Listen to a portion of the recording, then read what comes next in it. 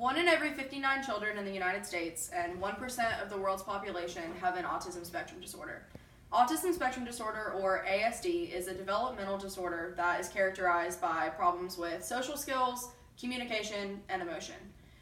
These developmental disorders often show between ages 2 and 4, and unfortunately, many of these autistic spectrum disorders often are accompanied with other physical and mental health issues.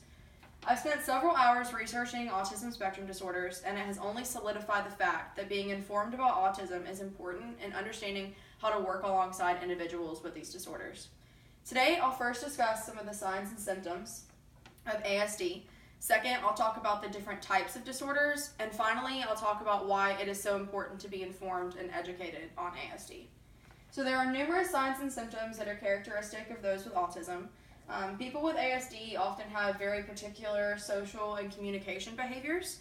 According to NIMH.nih.gov, which is the website for the National Institute of Mental Health, which was last updated March of 2018, people with ASD often have problems understanding how the person they're talking to is feeling or learning from their point of view.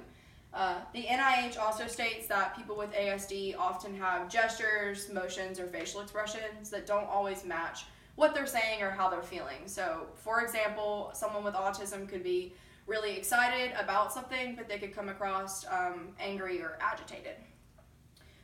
So autism spectrum disorders are also characterized by repetitive behaviors, one of them being echolalia, which is the repetition of words, phrases, or numbers. Hand flapping, which is the movement of the hand repetitively, is really common with people in autism when they become agitated or angry. So autism spectrum disorders is actually just an overarching term that refers to a handful of different developmental disorders.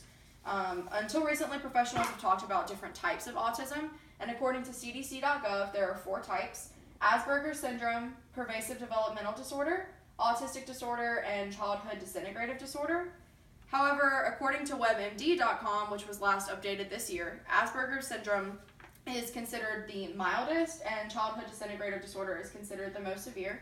And these types have sort of become outdated, and professionals now refer to these types of autism on a spectrum. So they would say someone with a mild type would be very low on the autism spectrum, and someone with one of the more severe types would be considered high on the autism spectrum.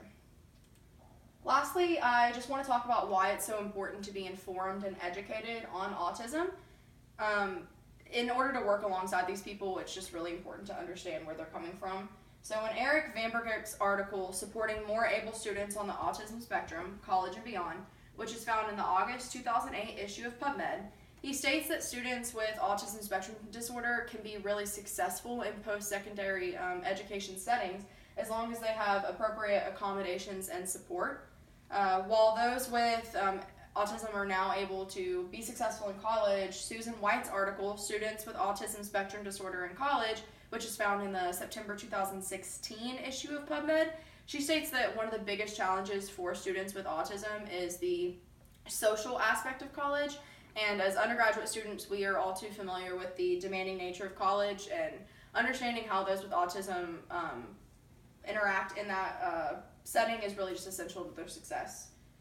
So first today I talked about some of the signs and symptoms of autism before then talking about the different types and the movement from those different types to referring to autism on a spectrum before I finally discussed why it's so important to be informed on this topic. 1 in 59 children, that one individual could be your lab partner, your coworker, or your child one day. So understanding this autism spectrum disorder is just really essential to interacting with those individuals. Thank you.